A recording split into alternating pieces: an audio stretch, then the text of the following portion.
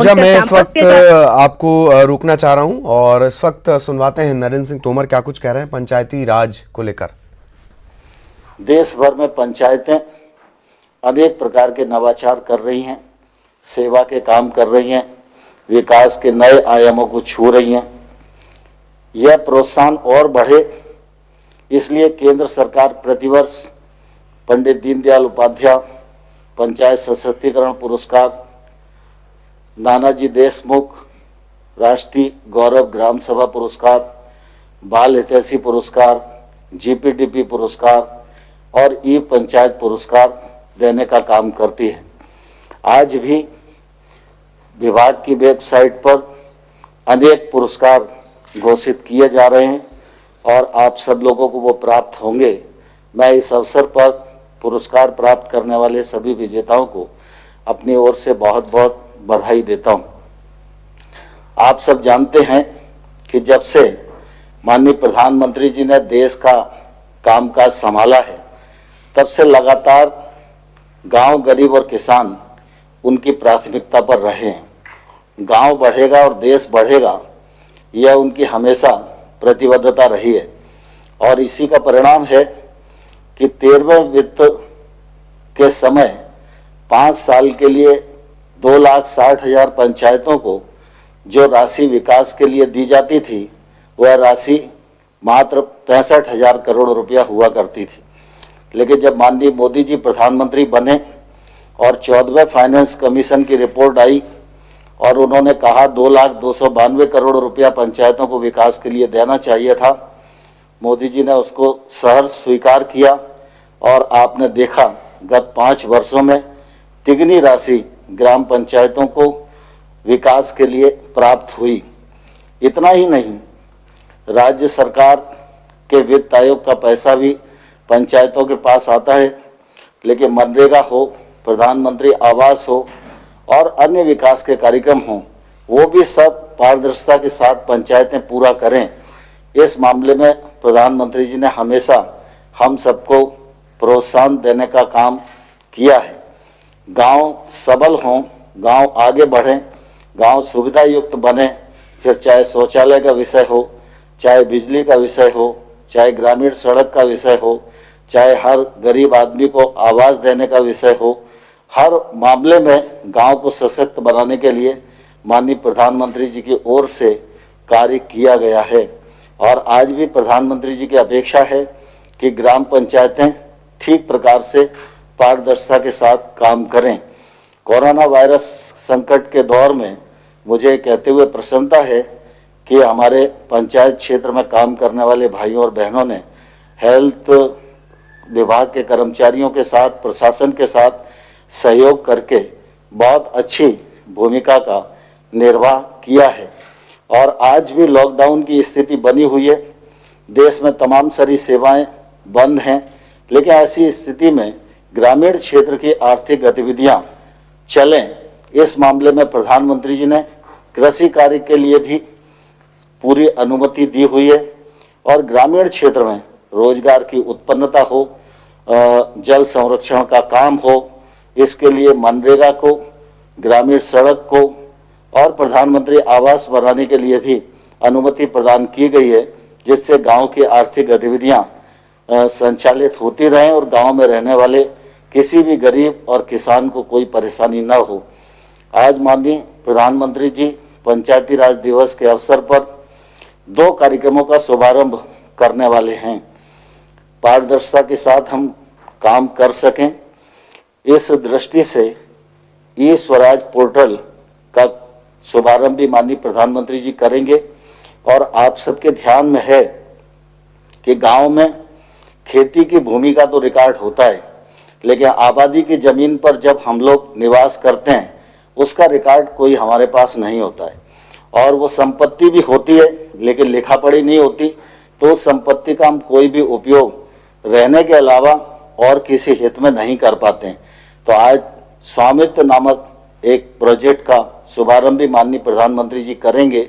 मैं समझता हूं आजादी के बाद यह देश के इतिहास में एक अभिनव पहल होगी और इससे ग्रामीण क्षेत्र की अर्थव्यवस्था में भी बड़ा योगदान होगा। मैं इस अवसर पर आपको सबको बहुत बहुत शुभकामनाएं देता हूं, बहुत बधाई देता हूं और माननीय प्रधानमंत्री जी को प्रार्थना करना चाहूंगा कि जमीनी स्तर पर विकास को गति प्रदान करने में पंचायती राज संस्थाओं का विशेष योगदान रहा है। स्थानीय प्रशासन की महत्वपूर्ण कड़ी के रूप में ग्रामीण भारत को पंचायतों द्वारा नेतृत्व प्रदान किया जा रहा है। इस कार्य में सफलता वर्तमान समय में आधुनिक प्रौद्योगिकी के अधिकतम प्रयोग से मिल सकती है। इस दिशा में मैं अब माननीय प्रधानमंत्री जी को ई ग्राम स्वराज पोर्टल नामक एक उस उद्घाटन के लिए आमंत्रित करता हूं। यह पोर्टल नियोजन, अनुसरण, वित्त प्रबंधन, ऑडिट की सुविधा हम सब लोग को उपलब्ध कराएगा। मैं माननीय प्रधानमंत्री जी को प्रार्थना करूंगा कि बटन दबाकर इस पोर्टल का शुभारंभ करें।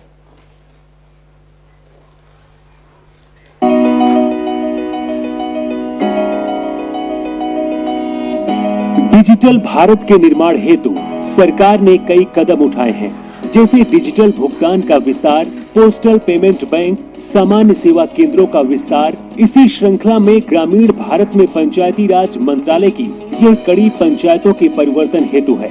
ई ग्राम स्वराज एप्लीकेशन पंचायतों के संचालन के लिए उपयोगी एकीकृत टूल है, जिससे पंचायतों में किए गए कार्यों की प्रभावी निगरानी सरलता से की जा सकती है। इस एप्लीकेशन से न केवल पंचायतों की गतिविधियों की रिपोर्टिंग में सुधार होगा, बल्कि योजना की व्यापकता बढ़ेगी। ई ग्राम स्वराज एप्लीकेशन से किसी भी ग्राम पंचायत की पूरी जानकारी एक ही स्थान पर मिल जाएगी, जैसे सरपंच, पंचों और पंचायत सचिव का विवरण, वित्त विवरण, परिसंपत्ति का विवरण, ग्राम पंचायत विकास योजना GPDP में की गई गतिविधियाँ, जनगणना 2011, मिशन अंत्योदय, सर्वेक्षण रिपोर्ट आदि। E Gram Swaraj application work based accounting पर केंद्रित है। इसके द्वारा GPDP में प्रस्तावित प्रत्येक गतिविधियों में किए गए हर व्यय का विवरण उपलब्ध है। योजनाओं के विश्लेषण के लिए ब्लॉक और जिला स्तर के प्रतिनिधियों के पास उत्कृष्ट जानकारी सुलभ होगी। ई ग्राम स्वराज में डेटा एंट्री की संख्या को तर्क संगत बनाया गया है। इसमें उपयोगकर्ता के लिए यूजर फ्रेंडली इंटरफेस और सरल नेविगेशन भी है। ई ग्राम स्वराज पंचायतों में की गई नियमित डेटा एंट्री के आधार पर गतिविधियों की वास्तविक समय पर निगरानी और कार्यान्वयन की स्थिति को दर्शाता है। ई ग्राम स्वराज एप्लीकेशन के PFMS के साथ जुड़े होने के कारण सार्वजनिक व्यय की निगरानी भी वास्तविक समय के आधार पर की जा सकती है। पंचायत की जानकारी को सुविधाजनक और शीघ्र उपलब्ध करने के लिए उपयोगकर्ता नागरिक गूगल प्ले स्टोर से ई ग्राम स्वराज मोबाइल ऐप भी डाउनलोड कर सकते हैं। अब यह जानकारी आपकी उंगलियों पर होगी। मोबाइल ऐप के माध्यम से चयनित पंचायत के सदस्यों की जानकारी, पंचायत की गतिविधियां, गतिविधि का नाम, योजना का नाम और राशि, चुने गए वित्तीय वर्ष के लिए आमदनी और खर्च संबंधी जानकारी मिल जाएगी। ई ग्राम स्वराज एप्लीकेशन के माध्यम से पंचायती राज संस्थाओं के कार्यकलापों, गतिविधियों, योजना निर्माण, बजट आवंटन, योजनाओं की निगरानी इत्यादि की जा सकती है। सूचना तकनीक का प्रभावी उपयोग करना ही इस प्रणाली का उद्देश्य है। सशक्त पंचायतों से ही होगा सशक्त भारत का निर्माण। ई ग्राम स्वराज एप्लीकेशन देश की पंचायतों को समर्पित है। प्रधानमंत्री नरेंद्र मोदी द्वारा ई ग्राम स्वराज एप्लीकेशन शुरू किया जा रहा है। बहुत धन्यवाद माननीय प्रधानमंत्री जी। राज्य सरकारों तथा भारतीय सर्वेक्षण विभाग के सहयोग से पंचायती राज मंत्रालय ने ड्रोन आधारित नवीनतम सर्वेक्षण तकनीक का प्रयोग करते हुए स्वामित्व नामक नई केंद्रीय योजना की शुरुआत की है। आज हम सबका सौभाग्य है कि इसका शुभारंभ करने के लिए माननीय प्रधानमंत्री जी यहाँ उपस्थित हैं। मैं उनसे प्रार्थना करूंगा कि बटन दबाकर स्वामित्व नामक योजना का शुभारंभ करें।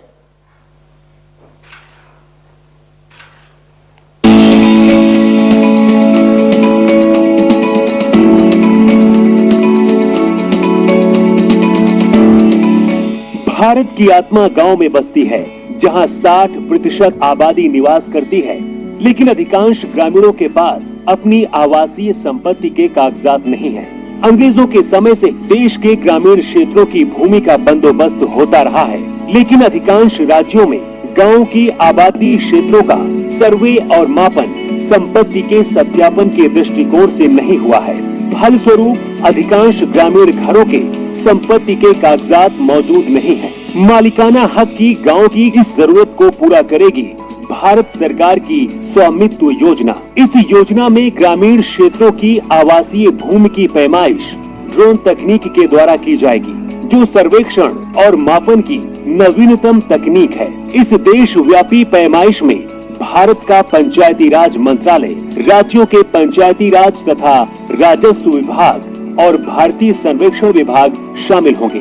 ड्रोन से गांव की सीमा के भीतर आने वाली प्रत्येक संपत्ति का डिजिटल रूप से नक्शा बनाया जाएगा। साथ ही प्रत्येक राजस्व खंड की सीमाओं का निर्धारण किया जाएगा।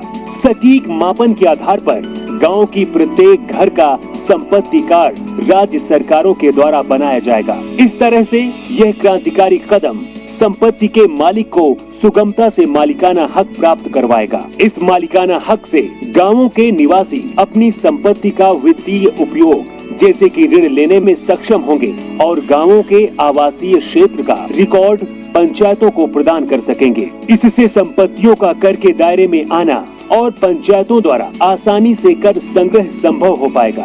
इस आमदनी से पंचायतें ग्रामीण नागरिकों को बेहतर सुविधा दे पाएंगी। संपत्ति के स्पष्ट आकलन एवं स्वामित्व का निर्धारण होने से उनके मूल्य में ही वृद्धि होगी। ड्रोन सर्वेक्षण तकनीक के उपयोग से ग्राम पंचायत के पास गांव का सटीक रिकॉर्ड और मानचित्र होगा, जिसका उपयोग कर वसूली में, भवन निर्माण हेतु परमिट जारी करने में, अवैध कब्जा समाप्त करने आदि के लिए किया जा सकता है। हमारा देश बदलते समय के साथ कदम से कदम मिलाकर उन्नत तकनीक का भरपूर उपयोग करते हुए विकास के मार्ग पर लगातार आगे बढ़ रहा है। सशक्त पंचायतों से ही सशक्त भारत का निर्माण होगा। प्रधानमंत्री नरेंद्र मोदी द्वारा स्वामित्व योजना का शुभारंभ किया जा रहा है। बहुत बहुत धन्यवाद माननीय प्रधानमंत्री जी। आपने ये ग्राम स्वराज पोर्टल और स्वामित्व नामक दोनों परियोजनाओं का शुभारंभ किया।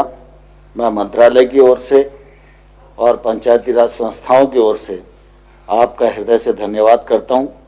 कोरोना वायरस के संकट के इस दौर में आज आप सभी से बात करने वाले हैं और पंचायत प्रतिनिधियों से आपका वार्तालाप शुरू हो, उससे पूर्व मैं प्रार्थना करूंगा कि आप प्रारंभिक उद्बोधन हम सबको दें, जिसके मार्गदर्शन के प्रकाश में आगे का वार्तालाप प्रारंभ हो सके। माननीय प्रधानमंत्री जी। नमस्कार। आप सभी साथियों को पंचायती राज दिवस की बहुत बहुत शुभकामनाएं। आज जिन जिन पंचों को और पंचायतों को सम्मानित किया गया है, उनको भी मेरी तरफ से बहुत बहुत बधाई। और देश भर की पंचायतों से मेरा आग्रह है कि आप वेबसाइट पर जाकर के जिनका सम्मान हुआ है, जिनको अवार्ड मिला है, उसकी जानकारी जरूर प्राप्त करें। किस बात को लेकर के उनको ये सिद्धि मिली है, उनका गौरवगान करें। साथियों, ये कोरोना वैश्विक महामारी ने वाकई हम सभी के काम करने के तरीके को बहुत बदल दिया है। पहले हम लोग किसी कार्यक्रम में रूबरू मिलते थे, आमने सामने मिलते थे, बातें करते थे, लेकिन आज वही कार्यक्रम वीडियो कॉन्फ्रेंस के माध्यम से करना पड़ रहा है। इस वक्त देश भर के लाखों सरपंच और पंचायत सदस्य टेक्नोलॉजी के माध्यम से जुड़े हुए हैं। मैं आप सबका स्वागत करता हूं, आप सबको बहुत बहुत अभिनंदन करता हूं। आज अनेक पंचायतों को अच्छे कार्यों के लिए पुरस्कार भी मिले हैं। पुरस्कार विजेता सभी पंचायतों को, जनप्रतिनिधियों को भी अनेक अनेक शुभकामनाएं और बहुत बहुत बधाई, और उस गांव वालों को भी बधाई। साथियों, पंचायती राज दिवस गांव तक सुराज पहुंचाने के हमारे संकल्प को दोहराने का एक अवसर होता है, और कोरोना संकट के इस दौर में इस संकल्प की प्रासंगिकता तो अनेक गुना बढ़ गई है। ये सही है कि कोरोना महामारी ने हमारे लिए अनेक प्रकार की नई नई मुसीबतें पैदा की है। जिन मुसीबतों को न कभी सोचा था, न कल्पना की थी, न कभी कोई सोच सकता है, ऐसी ऐसी मुसीबतें। लेकिन इससे भी बड़ी बात यह है कि इस महामारी ने हमें एक नई शिक्षा भी दी है, एक नया संदेश भी दिया है। आज इस कार्यक्रम के माध्यम से मैं हिंदुस्तान के सभी नागरिक, चाहे वो गांव में हो या शहर में, उन सब तक एक बहुत महत्वपूर्ण संदेश भी देना चाहता हूं। साथियों, कोरोना संकट ने अपना सबसे बड़ा संदेश, अपना सबसे बड़ा सबक हमें दिया है, हमें सिखाया है, और एक प्रकार से उस रास्ते पर चलने के लिए हमारा दिशा निर्देश किया है। और वो रास्ता क्या है, वो दिशा क्या है?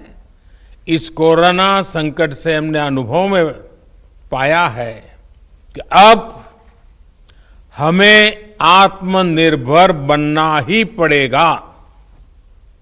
बिना आत्मनिर्भर बने ऐसे संकटों को झेल पाना भी मुश्किल हो जाएगा। गांव अपने स्तर पर अपनी मूलभूत आवश्यकताओं के लिए आत्मनिर्भर बने, जिला अपने स्तर पर, राज्य अपने स्तर पर, और इसी तरह हमारा ये पूरा हिंदुस्तान कैसे आत्मनिर्भर बने, अपनी आवश्यकताओं की पूर्ति के लिए हमें कभी भी बाहर का मुंह नहीं देखना पड़े, ये तय करने का ये सबक हमें सीखा है। भारत में ये विचार सदियों से रहा है, लेकिन आज बदली हुई परिस्थितियों ने हमें फिर से याद दिलाया है, आत्मनिर्भर बनो, आत्मनिर्भर बनो, आत्मनिर्भर बनो। हमारे देश की ग्राम पंचायतों की इसमें बहुत बड़ी भूमिका है।